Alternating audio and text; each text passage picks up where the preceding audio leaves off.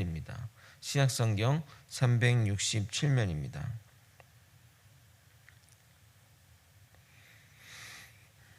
짧은 본문이라 합독하시겠습니다. 모든 사람과 더불어 화평함과 거룩함을 따르라. 이것이 없이는 아무도 주를 보지 못하리라. 너희는 하나님의 은혜에 이르지 못하는 자가 없도록 하고 또 쓴뿌리가 나서 괴롭게 하여 많은 사람이 이로 말미암아 더럽게 되지 않게 하며 음행하는 자와 혹 한 그릇 음식을 위하여 장자의 명분을 판 에서와 같이 망령된 자가 없도록 살피라. 너희가 아는 바와 같이 그가 그 후에 축복을 이어받으려고 눈물을 흘리며 구하되 버림바가 되어 회개할 기회를 얻지 못하였느니라. 아멘. 주일 새벽 설교를 잠깐 간단 정리하고 말씀 전하도록 하겠습니다. 우리는 우리의 죄악을 고치시려고 내리시는 하나님의 징계를 달게 받으면서 하나님의 아버지께 복종하며 살아야 합니다. 육신의 아버지도 인간인지라 연약하고 감정에 치우쳐 징계를 내릴 수 있지만 하나님은 철저히 우리를 위해 징계를 내리시며 우리를 종국에는 하나님의 거룩하심에 참여하게 하시려는 것이 하나님의 뜻입니다. 물론 징계가 즐거운 일은 아니지만 연단 중에 참고 견디면 의와 평강의 열매를 맺게 된 것입니다. 징계를 인내해서 이겨내면 반드시 열매를 맺을 것이기에 우리는 참을 수 있는 것입니다. 또한 우리의 영적인 상태가 훼손되었다 할지라도 행동 거지를 바르게 함으로써 영적인 부분이 고침을 받게 해야 합니다. 우리는 외부의 변수로 인해서 영적으로 흔들릴 수 있습니다. 그러나 경건의 습관을 가지고 있고 그것에 따라 살게 되면 영적으로 흔들리는 마음도 다시 추스리고 회복할 기회가 생기게 되니 여러분 가운데 이 거룩한 습관을 만드시기를 권면합니다. 오늘 읽을 본문의 핵심 내용은 신앙 공동체로 하여금 화평과 거룩의 삶을 살 것을 권면하며 동시에 그러한 삶을 위협하는 요소인 불신앙과 분열의 쓴뿌리 및 육신의 욕망을 경계하고 있습니다. 왜 히브리 저자는 화평과 거룩함을 강조했는지 오늘 본문의 내용과 더불어 살펴보도록 하겠습니다. 14절을 먼저 읽고 본문 설명하도록 하겠습니다. 모든 사람과 더불어 화평함과 거룩함을 따르라. 이것이 없이는 아무도 주를 보지 못하리라. 왜 히브리 저자는 화평함과 거룩함을 강조한다고 생각합니까? 고난으로 인해 신앙이 흔들리는 사람들에게서 자연스럽게 발생하는 요소가 불화입니다. 평소에는 잘 지내다가 외부적인 압력이나 탄압이 주어지게 되면 사람들은 다른 사람들에게 원망을 돌리기 마련입니다. 이것은 원죄적 인간의 모습입니다. 아담이 범죄한 후에 하나님께 말한 두 번째 발언이 바로 이 발언입니다. 창세기 3장 12절입니다. 아담이 이르되 하나님이 주셔서 나와 함께 하신 여자 그가 그 나무 열매를 내게 주므로 내가 먹었나이다. 자신의 하와를 뼈 중에 뼈요 살 중에 살이라고 말하면서 이 말이 이제 한 몸이란 뜻이죠. 내 몸이다. 내 뼈고 내 살이라고 했던 한 몸이라고 강조한 아담은 범죄한 이후에 아담이 범죄한 이후에 하와를 탓하며 완전히 타자가 되어버렸습니다. 불화와 분열이 일어난 것입니다. 그래서 남의 탓으로 돌리고 원망과 불평을 하는 겁니다. 저 여자가 나한테 주지만 않았으면 내가 먹지를 않았을 텐데 라는 표현인 것입니다. 대학생 때 이 농촌봉사 활동을 갔습니다. 그 힌두교회 청년들이 이렇게 선교 봉사로 오듯이 대학생 때 이제 농촌 봉사 활동을 갔는데 선교는 아니고 대학교 때 이제 그 농활이라고 하죠. 시골에 가서 요즘 그런 게 없어진 것 같아요. 옛날에는 방학 때만 되면 시골에 가서 대학생들이 봉사하는 게 있었는데 보통 9박 10일 정도의 일정으로 가게 됩니다. 대부분 농사일을 안 해본 대학 청년들이 모여서 일을 하다 보니까 정말 안 아픈 곳이 없습니다. 그때 뭐 이렇게 벼농사 하는 데 가서 피 뽑는데 뽑아도 끝이 없는 막 그런 허리도 못 펴고 막 했던, 그래서 몸이 막 힘듭니다. 거기다가 날씨도 덥고 공동생활을 하다 보니까 짜증도 나고, 그러다 보니까 본인의 어떤 숨겨진 그런 성격들이 드러나게 됩니다. 그래서 평소 좋은 이미지를 가지고 있는 사람이 영 아닌 그런 경우가 되기도 하고, 평소에는 별로였는데 이런 공동체 생활을 통해 재발견하는 경우가 있습니다. 이렇게 외부의 탄압, 또 외부의 어떤 힘든 것들, 이런 것들이 생기게 되면 공동체가 흔들리는 것은 어쩔 수 없는 현실입니다. 지금 히브리 유대 공동체가 외부의 탄압으로 인해 서로에 대한 불만과 원망이 분출하는 현실입니다. 이것을 잘 이겨내지 못하면 공동체가 붕괴되기도 합니다. 성도는 핍박 속에서 분열의 조짐을 보이는 공동체의 지체들과의 관계를 신경 쓰면서 화평과 동시에 거룩함을 유지해야 합니다. 그런데 성경 기자는 화평함을 모든 사람과 더불어라는 표현을 전제하고 있습니다. 여기서 모든 사람은 어디까지 포함되는 이야기일까요? 신자들만 포함해서 한다는 견해와 불신자를 포함해야 된다는 의견이 서로 팽팽합니다. 그러나 그 당시 기독교는 세상을 향해 나아가기 때문에 유대 공동체뿐만 아니라 이방인, 또 이방 헬라인, 로마인, 또 그런 모두에게 포함되는 겁니다. 그러나 우리는 이러한 명령을 불의와 타협하라는 요청으로 받아들여서는 안 됩니다. 어떤 경우가 되었든 불의에 대해서는 단호히 거부해야 되고, 비진리를 외치는 자들에겐 진리로 맞서야 됩니다. 그래서 동시에 거룩함을 쫓으라고 권면하는 겁니다. 화평한다고 뭐 그냥 그래 좋다 막 이렇게 해서는 안 되고, 화평을 하되 거룩함을 유지한 상태에서 하라고 권면하고 있는 겁니다. 예를 들어 화평을 유지하기 위해 술을 마신다거나 함께 해서는 안 되는 일을 하면서 화평을 유지하는 것은 문제가 있습니다. 또한 가끔 기독교 내 다른 종교와의 대화라는 명분으로 비진리와 타협하는 경우를 보게 됩니다. 가장 대표적인 어떤 단체가 WCC입니다. 여러분 아실런가 잘 모르겠지만 세계교회연합회라는 어떤 이 단체입니다. 이 단체 때문에 우리 그 대한예수교 장로회가 크게 둘로 분리됐죠. 이 통합 측과 합동 측으로 분리된 원인이 바로 이 WCC 문제입니다. 이 단체가 추구하는 정신 중에 가장 문제가 되는 정신은 종교다원주의입니다. 무슨 말이냐면 종교다원주의는 그 다른 종교에도 구원의 길이 있다고 믿는 것입니다.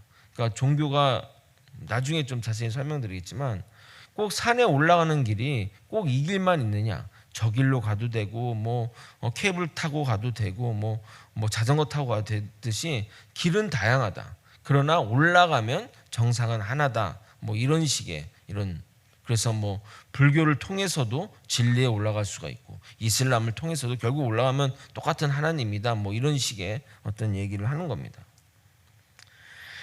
이 단체가 굉장히 그 카톨릭과 매우 밀접한 관련이 있습니다. 믿지 않는 세상 사람들은 그들의 행보에 대해 호의를 보냅니다. 다른 종교에 관용적이고 포용적이니까 오히려 기독교 정신에 맞는 것 아니냐라고 생각합니다. 그러나 여러분, 진리에는 결코 타협이 없습니다. 진리를 타협하기 시작하면 그것은 진리가 더 이상 아닌 겁니다. 그런 외적인 이미지, 사람들한테 좋아지는 그런 이미지 때문에 영원한 생명을 버리는 사람은 아무도 없을 것입니다. 우리가 정말 이 부분에 대해 민감하게 생각해야 됩니다.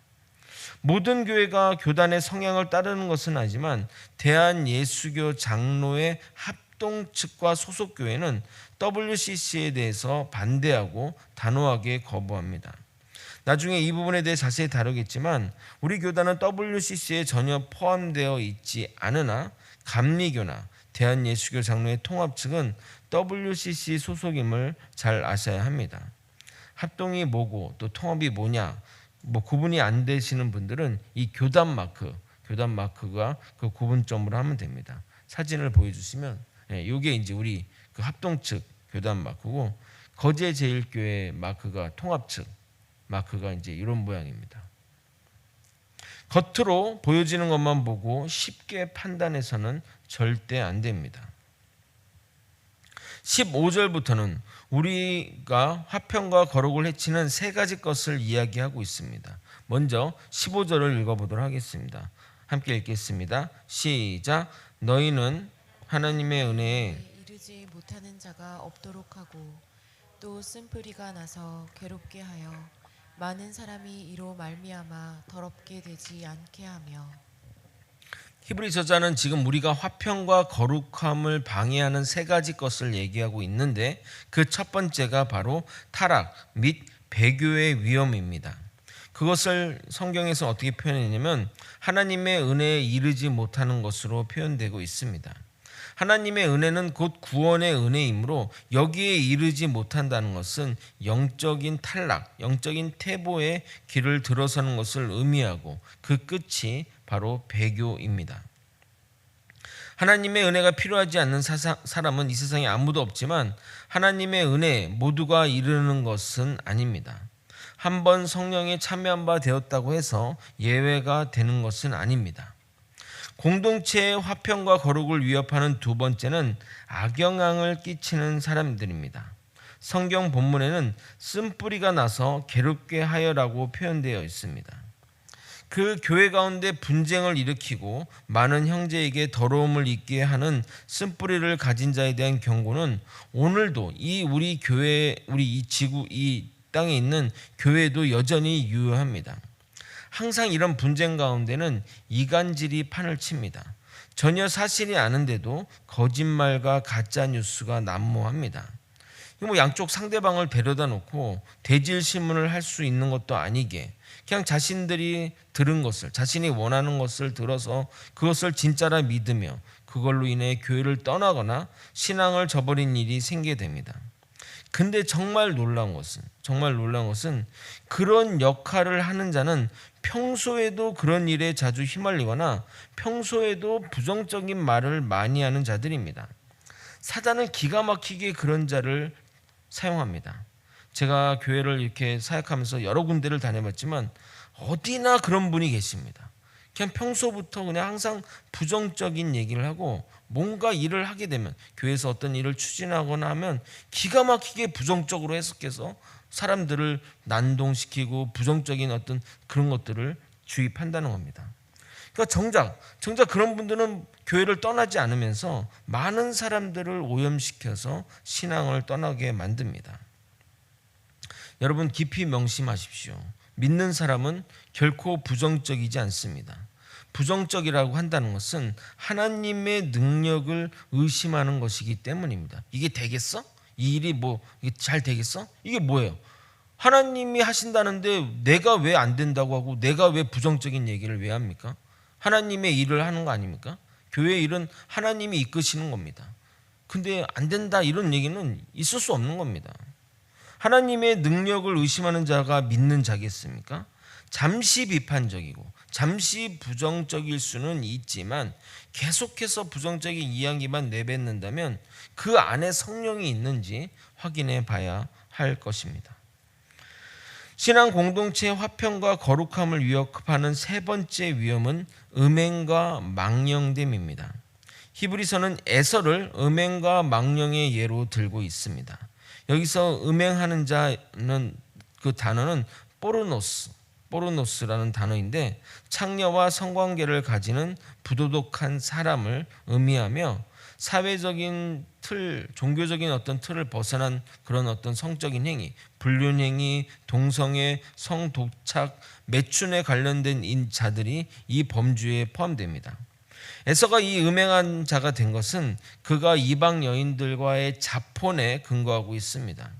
단지 그냥 이방인과 결혼했다는 문제가 아니라 여러 가지 성적인 문제를 일으켰기에 그의 이런 행동들이 부모의 근심거리라고 성경은 표현하고 있습니다. 창세기 26장 34절에서 35절입니다. 에서가 40세 헷족 속 부에리의 딸 유디카, 헷족 속 엘론의 딸 바스맛을 아내로 맞이하였더니 그들이 이삭과 리브가의 마음에 근심이 되었더라.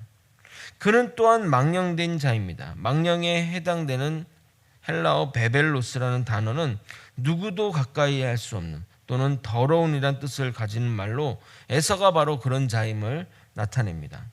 에서는 이삭의 장자였음에도 그 자신의 배가 고프다고 일시적인 어떤 그런 욕망을 채워줄 한 그릇 식물을 위해 장자의 명분을 포기할 정도로 장자의 책임과 사명에 대한 생각이 없던 자였습니다. 히브리사에서의 이 장자의 명분, 장자로서의 명분은 여호와 하나님의 축복을 받는 그 축복을 받는 입장이나 위임장이나 다름없는 건데, 그거를 경홀히 여겼다는 것은 무슨 의미냐면 하나님에 대한 경외가 없는 자임을 나타내는 겁니다. 에사는 세속적인 것과 거룩한 것을 구별하지 못하는 자였으며 영적인 통찰력을 완전히 상실했던 자입니다. 이처럼 육신의 탐욕과 욕망을 쫓는 삶은 거룩함에 결국 이르지 못하고 신앙 공동체에 그 위협하는 요소입니다. 그러니까 교회 안에 막 음란하고 막 뭐 망령되이 행동하고 분수에 모르게 하고 뭐가 똥인지 된장인지 모르는 분들이 이 공동체를 위협하는 자들입니다. 이런 자들의 결론이 이렇게 된다고 이야기하고 있습니다. 17절을 함께 읽어보도록 하겠습니다. 함께 읽겠습니다. 시작. 너희가 아는 바와 같이 그가 그 후에 축복을 이어받으려고 눈물을 흘리며 구하되 버린 바가 되어 회개할 기회를 얻지 못하였느니라. 성경은 에서의 상황들을 비춰서 우리에게도 이야기를 하고 있는 겁니다. 에서는 일시적인 욕구 충족을 위해 영원한 장자의 명분을 헌신짝처럼 버렸습니다. 그러나 자신에게 돌아올 축복이 동생 야곱에게 갔다는 것을 안 이후에 아버지 이삭에게 가서 그 축복을 돌이키려고 했으나, 그리고 그러려고 눈물을 흘리고 애원을 했지만 그 축복을 되돌릴 수 없었습니다.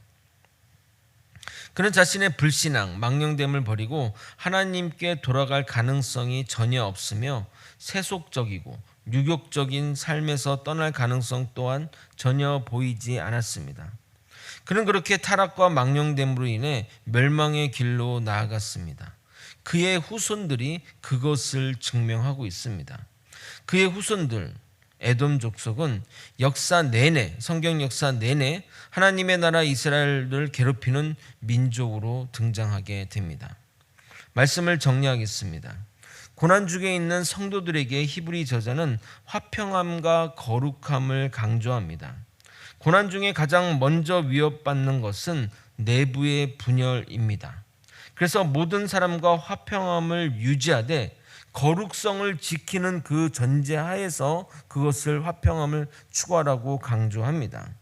거룩함을 지키지 못하면 구원에 이르지 못하게 되는데, 그 원인이 첫 번째로 타락과 배교이고, 두 번째로 악한 영향력을 미치는 자이고, 세 번째가 음행과 망령됨입니다.